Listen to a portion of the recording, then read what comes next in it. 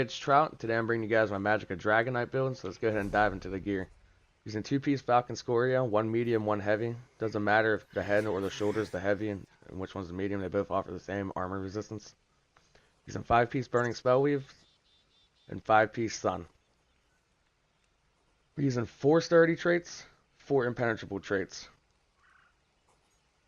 We're using tri-stat glyphs on the large pieces, including the shield. And we're using max magic on the smaller pieces of armor to help up our magic pool.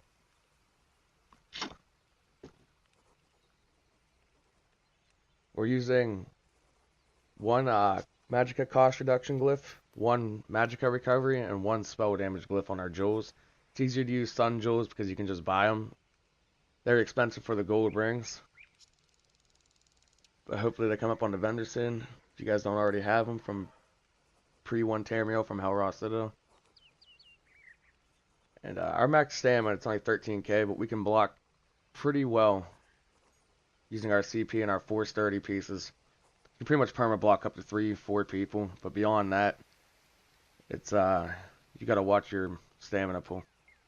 I don't like to dip below 4k, because that's, if you dip below 4k, you're running into having troubles breaking free and getting out of roots with roll dodge.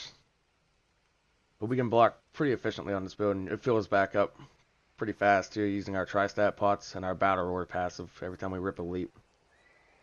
Our max magic is kind of low, but it doesn't matter. I'll show you why in a second. I mean, it matters a little bit, but you can change that to your liking. I'll show you what I mean by that. So let's go ahead and dive into the skills. On our front bar, our damage bar, we're using Burning Talons, Burning Embers, Flame Lash, Fossilize, Flames of Oblivion. You can slot Inner Light here if you don't like the rotation I'm going to show you in a bit, to up your max magic pool to about 38k, if I remember correctly. And Ferocious Leap, that's our ult. That's a wonderful ultimate, just rips everything. Back bar, we're using Structured Entropy for our major sorcery, and it's another dot. Igneous Shield, that's our stamina returner, and our major mending buff. If we have to smack a coagulating blood, you're going to want major mending with it, because coagulating blood is extremely expensive. 3706, which it should be. It's worth its cost. That's why it's on my bar. But you're mostly going to want to heal through Burning Embers and Flame Lash, Power Lash procs. Using Engulfing Flames, it's a dot that buffs all of our damage, or damn near all of our damage. We're using Volatile Armor. Once again, that's 2 dots in 1. The damage return counts as a dot. It procs Scoria. I've tested it just off the damage return, and it does in fact proc Scoria, and then the initial dot for casting it. And we're using Bats. That's another dot. That's our oh shit ultimate when there's a fucking Zerg on us and we're trying to bail. So we're not using Mistform, so we're pretty much, if we get Zerg down, you gotta pop Bats. So let's go into the rotation. You're going to start off the fight on your back bar. Hit Entropy while you're moving up to your target. Engulfing Flames. Volatile Armor. Bar swap. You're going to put up Flames of Oblivion. Talons. Burning Embers. And then you can go into Power Lashes. So for some reason I can't use Fossilize on the target. I have no idea. This target must be CC immune. So we're fucking busted again. But that's our basic rotation. You can splash in a leap. Always, when you do your talents, you knock them off balance with your first whip. That's when you want to rip your leap, and then you go right into a Power Lash. That's our burst combo. So let's go into champion points. We're running 75 into Thaumaturge. So when we knock our target off balance, we increase our damage by 10%. With the Exploiter CP passive. That's why you want your target off balance when you rip a leap. And if they're a vampire, they take 25% more fire damage. Tag this Exploiter passive, which is 10% more when they're off balance. That's 35% damage. Engulfing Flames, 45% more damage with your leap. It is fucking brutal. We're running 75 Thaumaturge, running 40 Master at Arms. So we do have some direct damage attacks in here. That ups the Scoria proc, and that ups the leap, the power lash, the flame lash. So we hit very, very hard. And into the apprentice tree, we're running 27 blessed to up our healing by 7%, 37 elfborn, give us more crit. We have pretty good crit on this build. I think it's like 45, 46%. Get 37 elemental expert, just 9% increased damage to all of our damage. And we're running 24 spell erosion. Penetration is something we almost lack. That's why I'm in light armor. So that's very important that you have 24 points into there. Onto the green tree, we're running 73 into Shadow Ward. It's going to reduce the cost of our block by another 23%, which is on top of the 16% we have from our Force 30. 41 tumbling, because when you want to protect your stand pool as a Magicka tune. This goes for all mag tunes.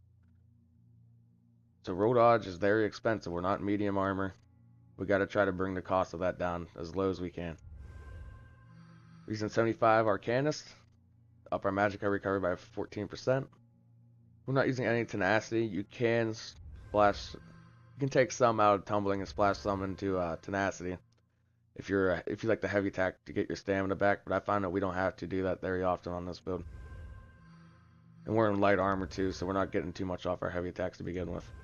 We're using 51 Warlord to reduce the cost of our break free by 19%. It's going to help maintain our stamina pool some more. Onto the red tree. We're using 27 quick recovery, increase our healing received by 7%. Threw 3 points into expert defender to reduce our damage taken from light and heavy attacks by another 2%. All them stamina wardens and shit use that heavy attack weave. That's going to help cut their damage down a hair, but it's whatever. Using 32 hardy, 32 elemental defender, and 51 thick skin. This unchained pass is useless for us, but I feel that without these defenses, we're pretty squished. We also have 9 light armor focus to help up our physical resistance. That's pretty much your weakness as a Dragon Knight. You don't have, how do I say this? You don't have very strong physical resistance when you're in light armor and a MagDk. You got a ton of passive spell resistance from light armor and being a Dragon Knight. That's going to help up our physical resistance. That's a good return on that too. 9 points for 907 physical resistance. Onto the steed. We're using 51 Ironclad to help us against Nightblades. We're using 5 on Spell Shield. Take advantage of that front end load. We're using 30 resistant to up our crit resistance.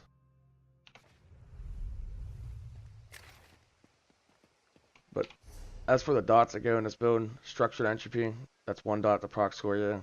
Engulfing Flames, it's 2 dots.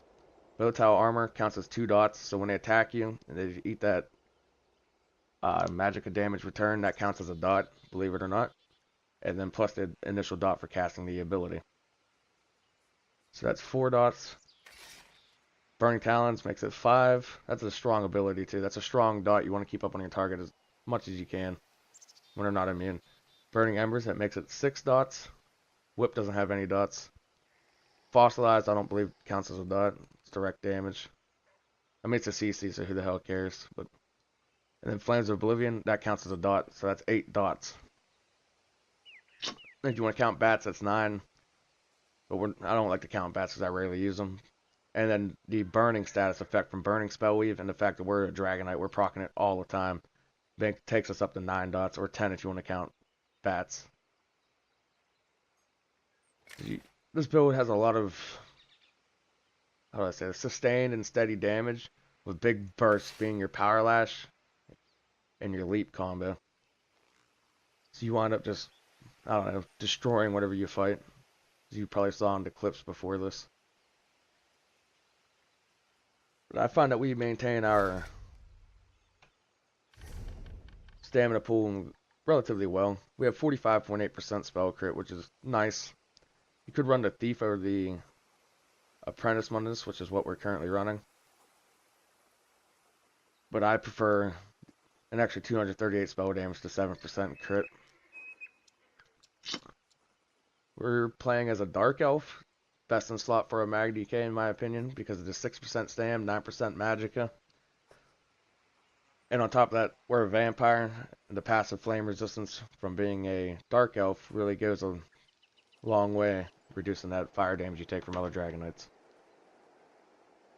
Our magic recovery looks kind of low right now, but with Battle Roar, we're ripping leaps constantly, and your magic pool stays pretty filled up. And when you have continuous attack, I think that goes up to like 17, 15 or some ghetto ass number like that. Alright guys, what we have here is our fully buffed character sheet with continuous attack and Cyrodiil on our front bar. Don't forget to add another 400 spell damage for Sun, which also gets multiplied by major sorcery.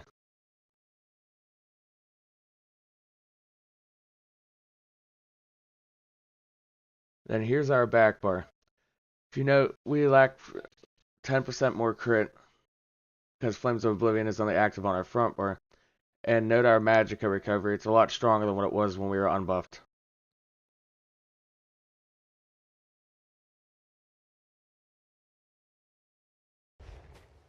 I'd like to thank you guys for watching this video.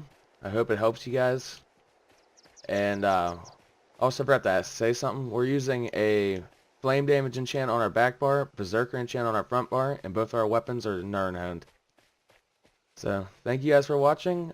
Shoot me a sub if you guys like my content. If not, that's cool too, I guess.